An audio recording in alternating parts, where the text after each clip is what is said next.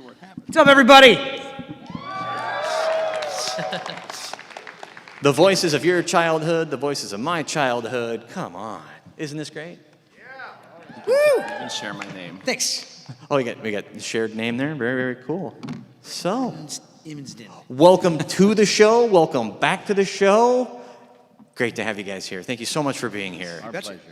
Right on. So, I kind of doing a little jibber jabber before the show, but how y'all doing? What you been up to? Well, went out last night. Then you're fine downtown Sacramento. Saw a great band in a local shop. Went to a place called the Dive Bar. They promised mermaids. Yeah. There's no mermaids. No. The water's full of. The water's full. They haven't figured out how to wear a mask underwater yet. No, I guess not. No. What about you, Brett? I did the same. Whoa, I went out, found some good dinner and drinks. Yeah, a pretty low-key evening, but things are good. We're celebrating the new year. Happy New Year, everybody. Yeah. Happy New Year. Happy New Year, everybody. Nice. Last night I watched Harry Potter in my hotel room. And this morning I took a nice walk around the Capitol. That was cool to see the Capitol building right over there. And I'm thrilled to be here.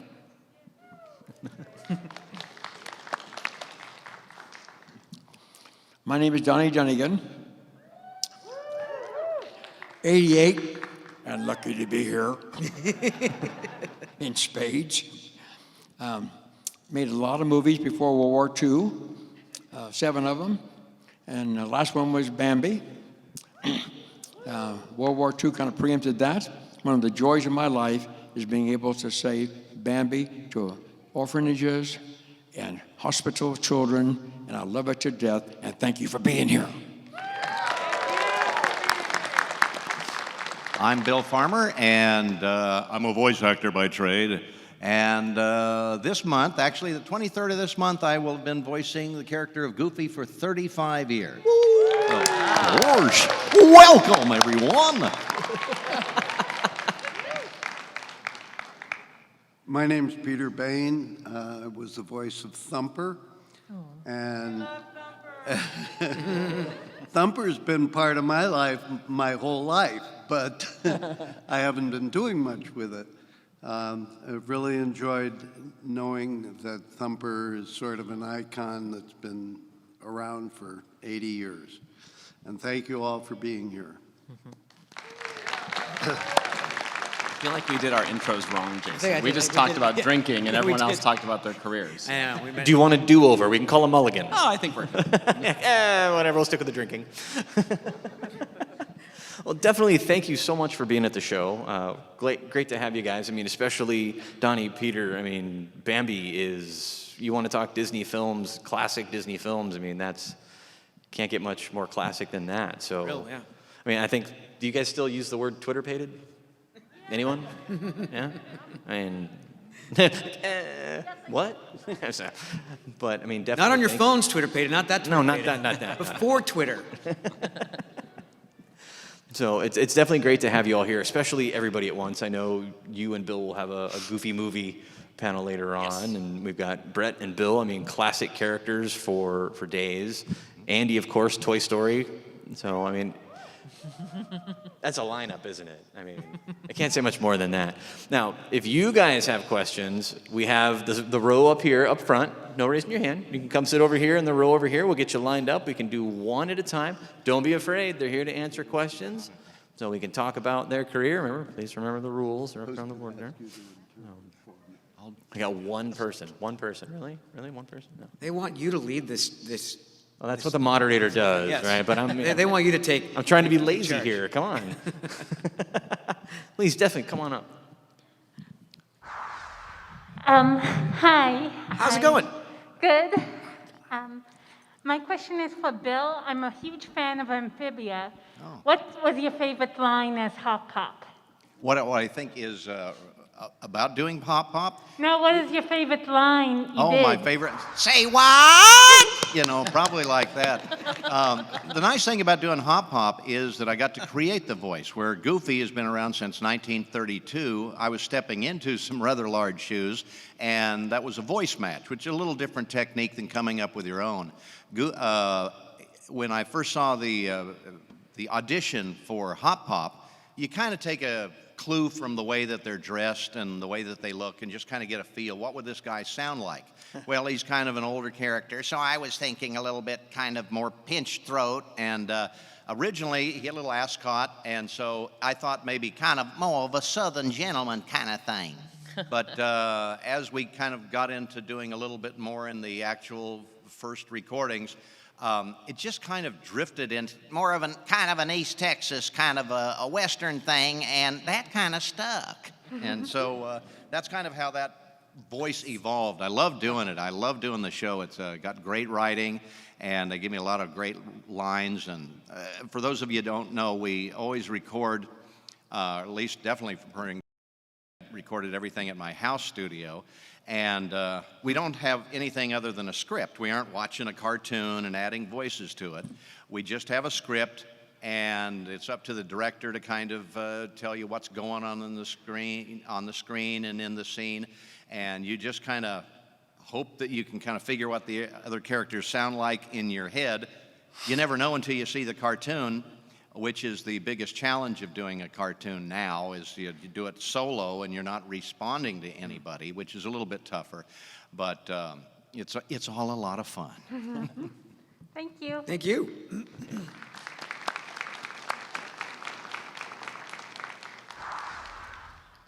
Howdy. I'll be continuing the trend. Apologize, but it's personal a little bit. Mr. Farmer, my wife's family is related to Pat Buttram. I was hoping we could hear your Pat Buttram story. My Pat Buttram was, I got to meet him when we was doing a Goofy movie. It was his last movie, and he was in the waiting room with me, and I didn't do that voice for him. I was too intimidated, but he was working material. He was actually doing a roast for Jack Palance that night, and he was trying jokes out on me, saying, "Bill, I'm going to be doing this thing for Jack Palance. I'm going to say, Jack, you're an amazing guy. You was out there on the Oscars, and you was doing one-arm push-ups, and looks like Father Time has been very kind to you, but it looks like Mother Nature done kicked the hell out of your face." So he was working it, and he passed away, I think, 6 months later after he did that movie. But it was a big thrill because I was like Green Acres and everything that he's ever done. He was great. Very thoughtful. Thank you, panel. Hello. First off, I got to say, this is just amazing. This is like Disney royalty up on this stage in multiple generations even. So that is awesome. I got a couple of questions, short questions for each one of you. So as being part of the Disney family, who is your personal favorite Disney character? And who is a character out of the entire Disney world that you wish you would have been able to voice? So if there was any character you would have loved to have voiced, and who is your personal favorite? Gosh. Oh man, you know, I'm probably not allowed to say it, but I don't know. Is there like Disney FBI in here somewhere? They're in the back. In the back. I'll just say like I was like Figment. I like the Billy Barney version. You know, for Dreamfighter, I'm just great. You know, and one of my favorite characters is Uncle Scrooge. I grew up watching DuckTales, reading the comic books. He's like Indiana Jones. You know. Uh-huh. Yeah. Awesome. Oh, we're going down the line? 'Cause Yeah. I'm not ready yet. This is such a tricky question for me to answer because Mickey has always been my favorite Disney character. And he has been because, to me, there was never really anything that differentiated Mickey from Walt Disney. And I grew up as much of a Disney and Mickey fan as I was an even bigger Walt Disney fan. And that was because of his story and his legacy and everything he created. So to me, Mickey and Walt kind of go hand in hand. So maybe I'll say my favorite Disney character is Walt Disney himself. That's a good answer. And, well, thank you. That was impromptu. It's improv. And then another character I would love to voice, I mean, I think anything at the parks would be amazing. I mean, I'd be happy being a voice on Pirates of the Caribbean, you know? Just any one of those like small little parts I think would be so cool. All right, so I have to say I love all the Toy Story toys. I have a slight, kind of bias there. But Actually, the VHS that my younger sibling and I watched over and over and over and over again growing up was Aladdin. That was the one. It's like we'd finish it and we'd start it again, and we'd start it again, and we. Yeah, exactly. Everyone kind of has that VHS that you, have. So I guess I would pick maybe Abu or the genie. Let's hear your Abu. Sorry. Let's hear your Abu. Oh no. Abu, Abu, something like that. And those would be kind of my favorites. I also really like Peter Pan. I've always liked Peter Pan. Growing up, I related to Peter Pan, so it'd be fun to voice him too.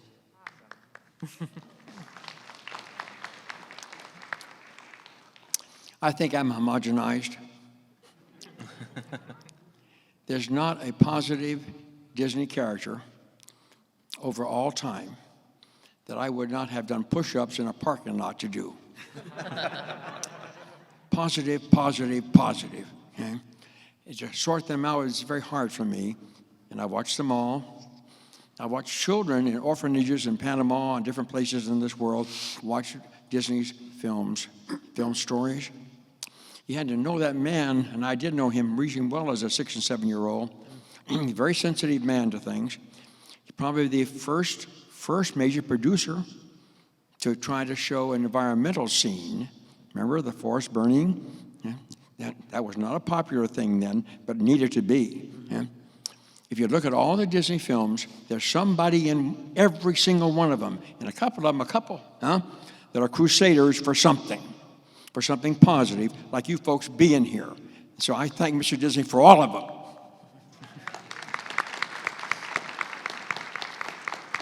Well, as I've said many times, Goofy was my favorite growing up, and maybe that is why I practiced the voice a little bit better and did okay on the audition. Of the voices that I would like to do, it's got to be Mickey. Who wouldn't? He's the leader of the pack. He's getting the big money. I mean, really, But of course, who wouldn't want to be Mickey Mouse? I mean, iconic, just #1 Disney star and the oldest working voice actor character. 28 is when Mickey got his voice. And what other characters in the world have been around since the 1920s and are still on television every single day? It's phenomenal. Hi.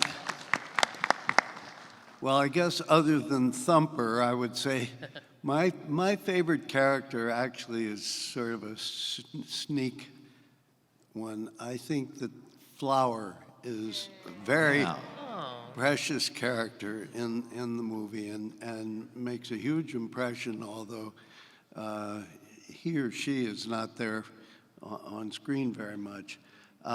Since my voice career, my acting career ended when I was about 5.5 years old, I didn't have the chance to do a bunch of other voices like these guys, and I can't honestly tell you which of all of them I wish I had done, since that wasn't really part of my career.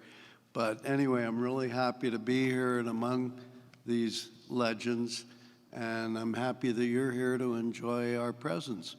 Thanks so much. Thank you. Thank you guys so much. Again, just icons right there on that stage. It makes us all scream. We thank you.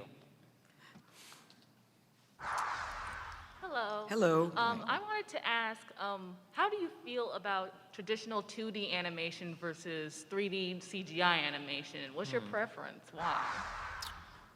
I just prefer a good story. You can tell a good story with any medium.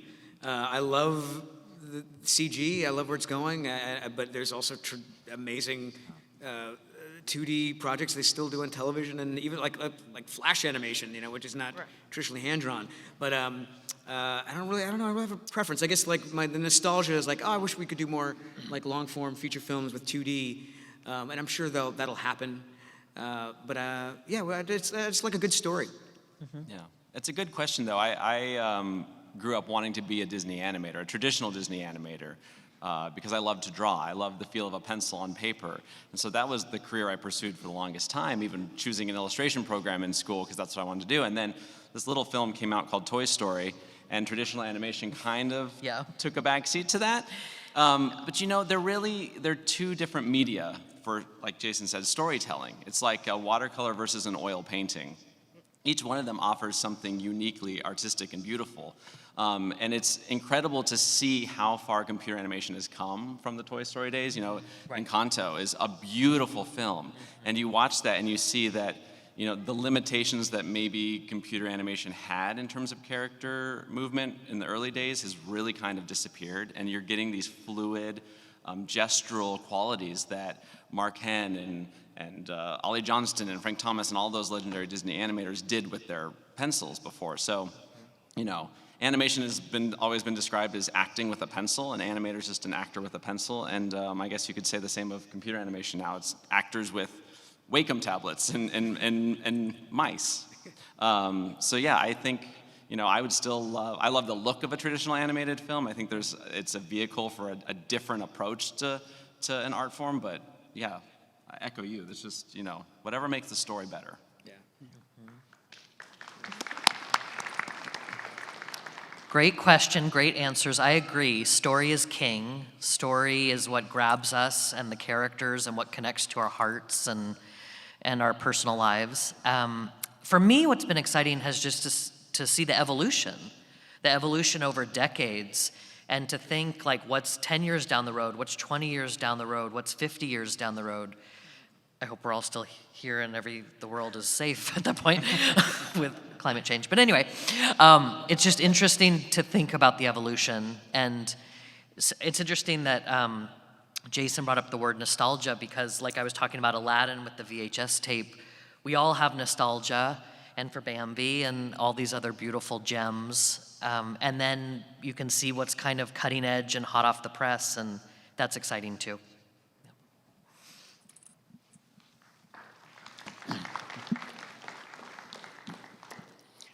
Let me toss a little, maybe some valuable history, looking at the ages, and everybody here is younger than me. So I'm fun for you, dear lady, and your generation. And you look at, as an example, look at Mr. Disney's Bambi, and the opening scene. You remember that beautiful song? Love is a song that never ends. Remember the forest being shown?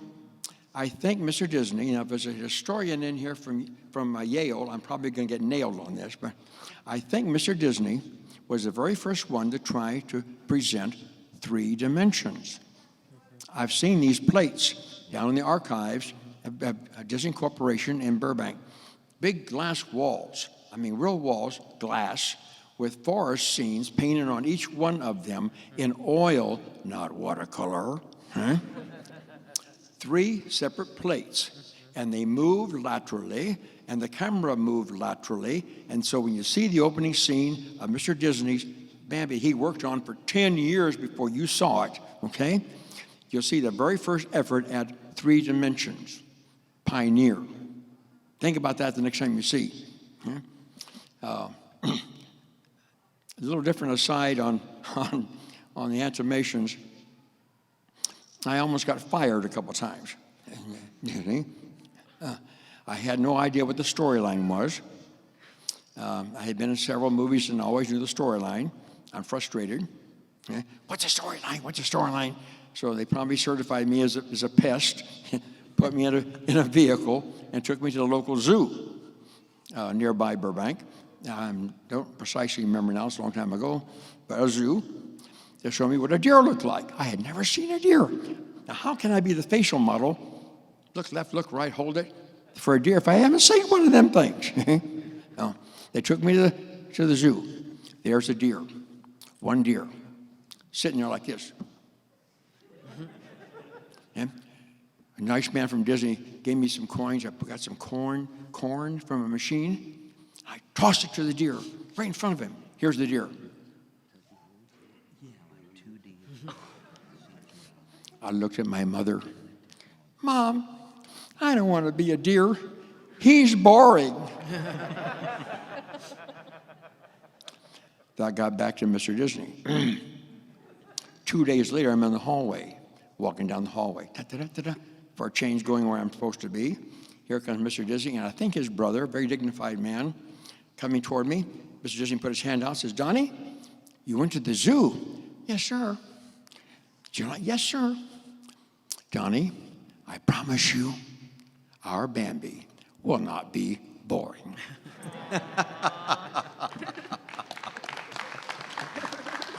Yeah, as a to the question of 2D as opposed to CGI, I'm not a trained actor at all. Well, I'm an actor, but an artist, I should say. Sometimes I've taken a few lessons, but as a non-artist, it's kind of what makes the story go forward. When I see some 2D renderings of Toy Story characters, to me they don't look right, because maybe that's what I learned them from CGI.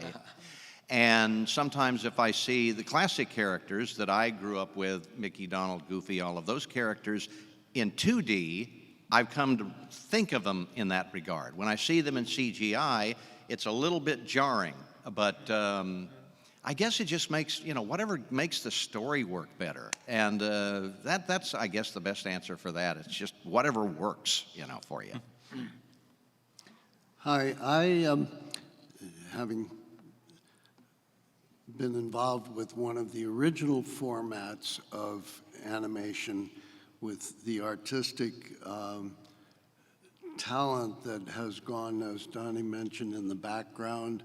It's Thumper, Bambi, is really an artistic representation of animation, as are several of the others from the same time period, like Snow White and a few others. Today's animation, to me, is not art. It provides the background for the story and all of that, and it's very talented. It takes a lot of talent to do it, but it still is quite a different feel from that original animation, and I feel that's an important thing we all have to remember. It's sort of sorry we can't occasionally go back to that concept. All right, thank you so much. Thank you so much. Good question. Hello. Hi. Since my hubby stole my Pat Buttram stuff, I just wanted to ask you guys, I had to have this opportunity, so what's your favorite ride at Disneyland? Favorite ride. I need something, so I love you all. Thank you. The Indiana Jones and the Temple of the Forbidden Eye at Disneyland, California. Disney World, if I can add the Carousel of Progress. Yeah. Good answers. Mine has always, for the longest time, been a tie between Pirates of the Caribbean and the Haunted Mansion. Because to me, they are quintessential Disney parks storytelling at its finest. They don't rely on any intellectual property to tell the story. They were totally original storylines that were created just to immerse you in those two worlds. And I know we've added some stuff to them over the years, but I love them. I love them now. I loved them even more in their original form. So they're just classics. Mine too. Good. You have good taste, I can tell. Second vote for Pirates of the Caribbean. Hmm? Because of my date of birth, I was able, as a young Marine, I think I was a platoon sergeant then, 1,000 years ago, when Disneyland first opened and out in the eastern flank of Los Angeles. And I think the second week of its opening, it invited some Marines from the reconnaissance force in Pendleton up with their young families. And up I went and never talked about the movies, and nobody in the Marine Corps knew anything about Bambi or any of the movies. And Disney did not know. The folks there did not know. And Disney does not ever mind straight stuff truth, I promise you, because I tell some stories sometimes that are not PR type, okay? And we got on a ride in a tunnel, and it stopped in the middle. And we weren't there more than 10, 15 minutes, but they were brand spanking new, and everybody was all concerned. They're very apologetic. And I can remember telling some folks back at Camp Pendleton when they asked me some of the same question, and they said, what are the best rides? What are the best rides? I can remember telling my boss, a young captain, sir, one that works. Yeah. I think Brett said it best. I've never been to Disneyland. I didn't go on either the Haunted Mansion or I love Indiana Jones, but Pirates definitely are the two quintessential Disneyland rides.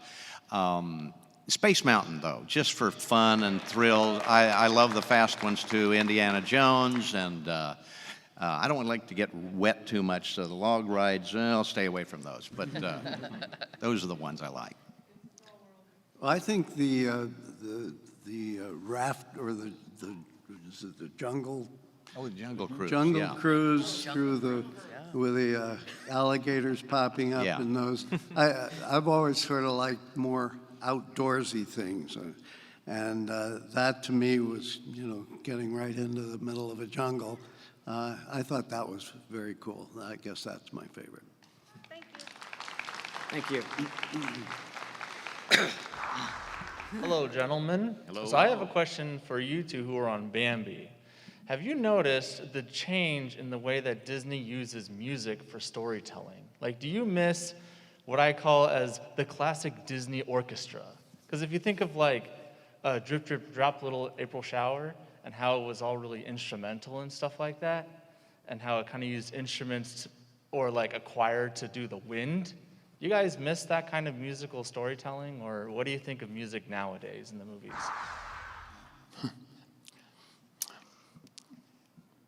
I've had a lot of questions.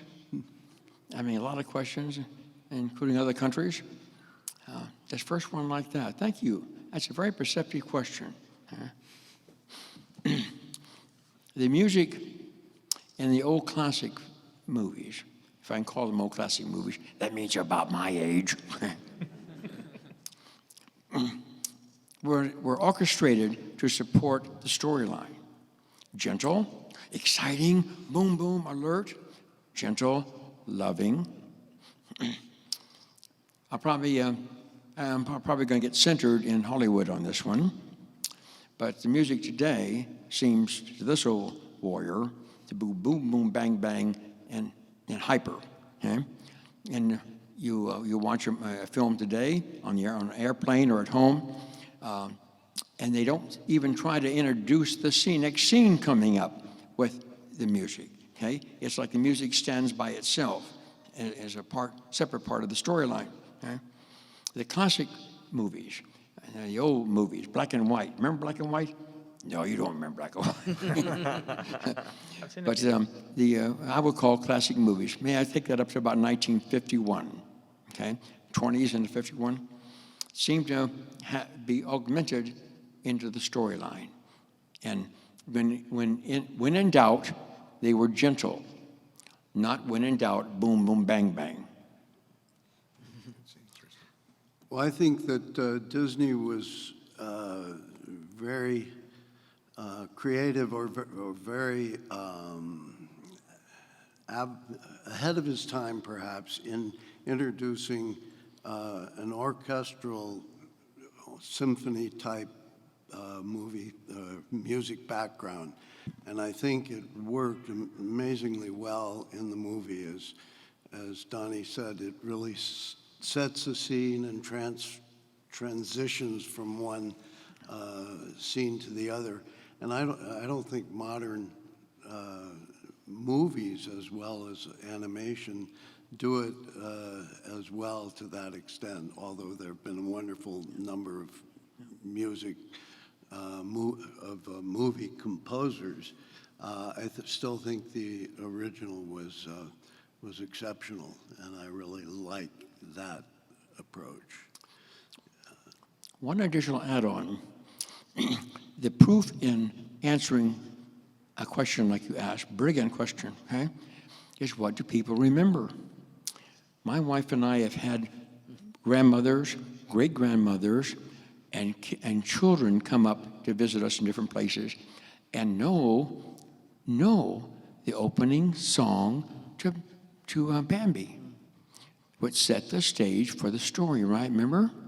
Love is a song that will never end. Does that answers the question pretty darn good? Yeah. My first thought was actually like Dumbo and the scene when he's like gonna blow a bubble and it like veers up when he's about to blow. So thank you for your answers. Most of you were child actors, I think, when you started your iconic Disney roles. My question is, what was your immediate reaction when you found out you were going to be voicing these iconic roles?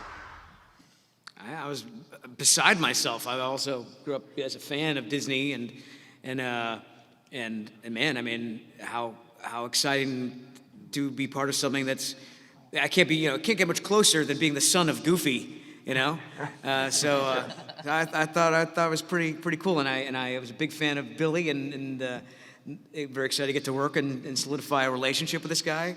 Yeah, it was very exciting. As an actor, we're all I liken it as like we're like professional gamblers. The audition is you go to the table and you make your bets, and then maybe you'll win big, maybe you'll make your money back, but then you get something like a Goofy movie that it takes you to places like this, and you get to share space with Mr. Peter, Mr. Donnie, So it's a gift that just keeps on giving, my man. Yeah. Yeah. All right. How about you, Brett? Well, I was 26 when I got cast, so I don't know if you. I was a child actor. You were a child actor. Most of you, not all of you. I think I was. We'll just consider me one. Yeah. Although the question's for all of you. Yeah, it's. I love the gambler analogy, because I auditioned really when I first set out to audition for Mickey, which I was auditioning for an understudy role at the time. I was auditioning to work with Wayne Allwine, who had been the voice since 1977 at that point, and had been doing it for 32 years. And I really just thought it would be cool to say that I auditioned. I thought the audition process alone was going to be fun. Never really anticipating that I would actually make it through that. So when I did, it was just even more exciting and surreal. One of the main questions I always get is, what does it feel like to be the voice of Mickey Mouse? And back in 2009, my answer was always, it feels extremely surreal. First of all, I'm not Mickey Mouse. I help provide the voice for Mickey, right? I do it after a legacy of some really extraordinary gentlemen before me who did it, who would have told you, and I say the same thing, we're just filling in for the boss being Walt, the first voice of Mickey. So it's just extremely surreal. Even to this day, it doesn't feel real when I get the call to go into the studio like I'm doing next week. It's fun though. It's great because Mickey means so much to so many people, including myself. So it's really an honor and a privilege to, like Jason said, be amongst this group of talent and play a part in a legacy that's so extraordinary. So I was 6 when I was cast as Andy, and I was definitely a child actor. It was interesting for me because it was the first feature-length animated film created with computers, that when I was 6, I didn't really know what that meant at all. Right. And so as I was talking to the creative team at Pixar, and they were telling me about how the animation works on the computer, it really kind of went over my head. But then when I started to see storyboards and renderings and models, and it really came to life, I realized how groundbreaking it was and how exciting. And I just remember feeling like it was a new frontier and being part of that and being really honored to be part of that. And the first film took 10 years to make, so total. And I think it took me 4 years to voice it. So I was like 7 to 11 that I recorded it, and I had to keep it all under wraps from my friends and the world and family. And so when it was kind of released to the world, it was just this incredible, there was this incredible excitement and pride, and especially because Andy opens the first film, and he's playing, and it's just kind of very surreal at the time. we have some young children in here. I see 5 or 6. Thank you for raising your hand. Pick up on this. Pick up on this. Excellent question. Huh? In my case, we were dirt poor. The Depression of 29 plus 30, 33, 34 was a crusher. People with graduate degrees were in bread lines. I promise you, I saw them. Okay? My mom and dad saw them. We were dirt poor.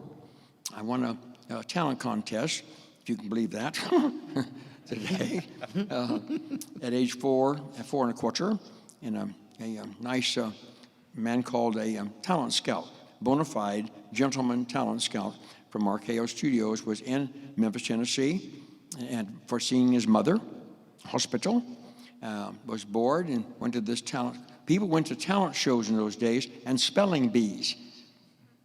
I mean, the place was crowded with them for something to do. Depression, no money. Okay? And that ended up, and I won the talent show at age 4, whatever heck it was, silly thing. And now in Los Angeles, remember we're dirt poor. Now in Los Angeles, one movie after the other, boom, boom, boom, boom. Okay? First one was Mother Carey, not Carey, but Mother Carey's Chickens, famous story of World War I orphanage. I didn't get to go to school until I was age 7 and a half. Now somebody says, I've been asked this question by educators, well, how about your education when you were young? Well, I had tutors from the studio, and they were marvelous to me, just marvelous. A lot of movies, repaired the family, pulled some people out of Ireland, and was also dirt poor at the time, so it was a revolution. My film career, which I never saw a dime later, not a dime, went somewhere to help people, Ireland, here, etc. Impression,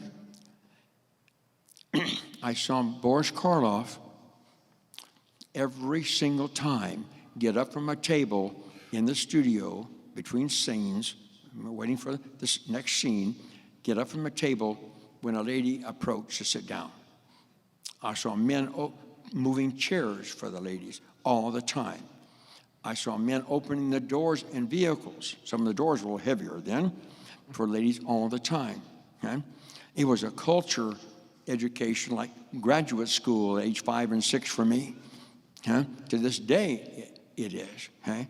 Now, men in the audience will get mad at me because I sell box. Okay? In Walmart, not long ago, I had a few minutes extra, and I was a little bit bored, and I was in the right position, and I watched.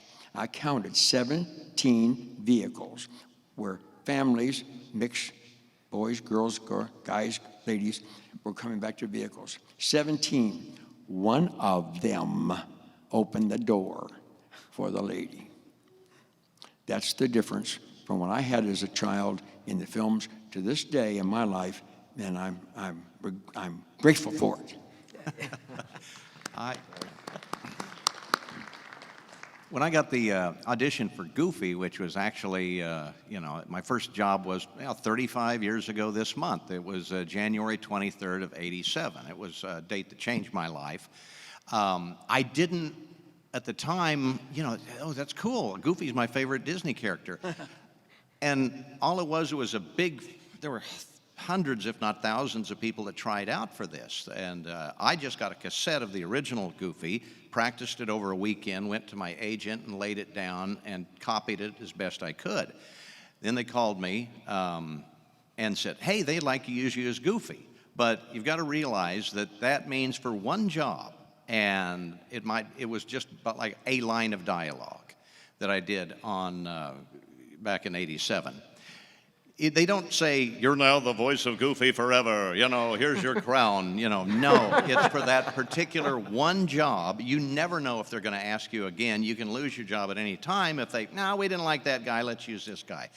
I didn't want to let myself get too excited about it because I didn't know how this was going to turn out. Would I ever do it again? Would I ever, see a dime out of the whole thing? But about a month and a half later, because they weren't doing that much with the character in those days, I got to do a second Goofy, and then a third, and a fourth. And there's never like, you're now the official voice for, you know, this character. You're always kind of, you're as good as your last job. And we are not Disney employees. I've never been a Disney employee. I am an independent contractor. I've worked for Warner Brothers and Sony and Illumination, all the other animation studios as well. So, but I've done the most for Disney. It's why people associate me with that and that character. But I'm very happy that after about, 25 years of doing Goofy, I think I got this job. So, you know. But I'm honored, and it's mind-blowing, especially when you come to a Comic-Con and see you guys, because we're in a little booth with a microphone and a script. We don't get a sense of how people are responding to this. Only when a Goofy movie was out, and I got to see it on a big screen with an audience, I got feedback. And we get feedback from you when we're here. We hear, oh, I love this and that. It means so much to us because we don't get that. We kind of go in, we do our job, we go home, and it's not until we're with you guys that we feel, oh, you liked it. Oh my gosh, it has an effect. And that's really one of the sweet parts of it, is to know that you guys enjoy what we're doing. And it really sticks in our minds and makes us do a better job. At least it does with me, to try as hard as I can to give the best entertaining performance that I can. But, and now, after 35 years, yes, it's a great thing. I'm glad I've done it. And I love going in every day that I work. Well, I think the last part of what Bill said is so important, knowing that after all these years, and particularly in my case, 80 years later, Thumper and the movie Bambi are so important to so many people. It's almost impossible to find somebody of any age who hasn't seen the movie. And it's very heartwarming for us to know that what we did so many years ago is still making an impact on our population. The reason I became Thumper is my father took me to an audition. He knew Disney, and he heard that they were doing a new major movie. So my father was a screenwriter in Hollywood, so he was kind of in touch with what was going on in those days. He actually started in the silent movie era, and his last movie was for Howard Hughes. It was called Hell's Angels. But anyway, he took me over to the studio. There were, as I understood it, about 30 kids auditioning for the part for Bambi. And so we all did our parts, and at that age of 4 or 5 years of old, it wasn't creating voices like these other guys are doing. It was our voice. It was our personality.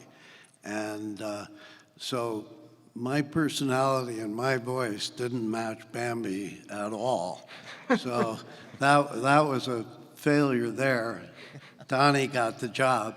But so later the animators were listening to, they said, you know, maybe there's a voice in that group that could work somewhere else in the movie.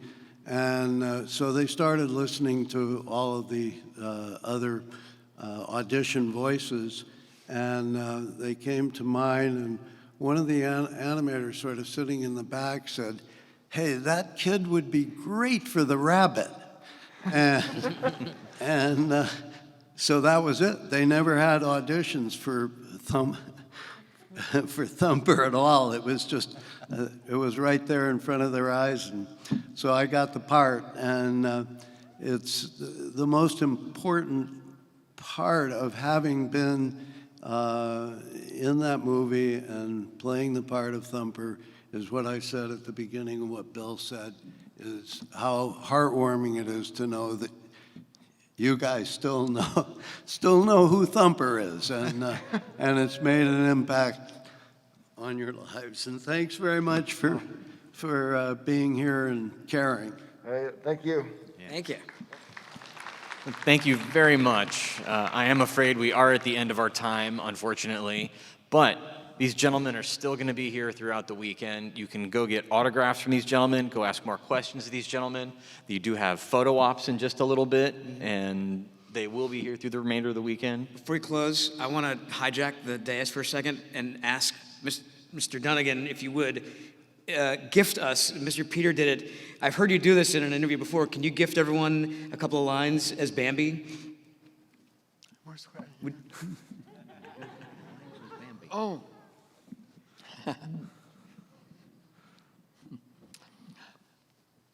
Oh, I love this one. You remember when the butterfly is set on, you're shaking your heads, huh? Thumper nailed me on this one. Right? Oh, there's a butterfly. Bird, bird, bird, bird. Thumper. Ha ha ha, that's not a bird. Remember? Just like a school teacher nailing me years later. Thank you, sir. Thank you, thank you. It's a pleasure to be up here with you guys. Definitely a pleasure to host all of you. Thank you again, everybody. Please give a big round of applause for these gentlemen who are here for you. And again, they're still here throughout the weekend. Gentlemen, thank you so much. Thank you. Good to see you.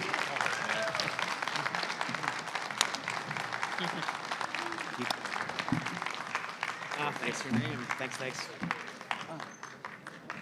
way? This way? Either way? Oh, boy.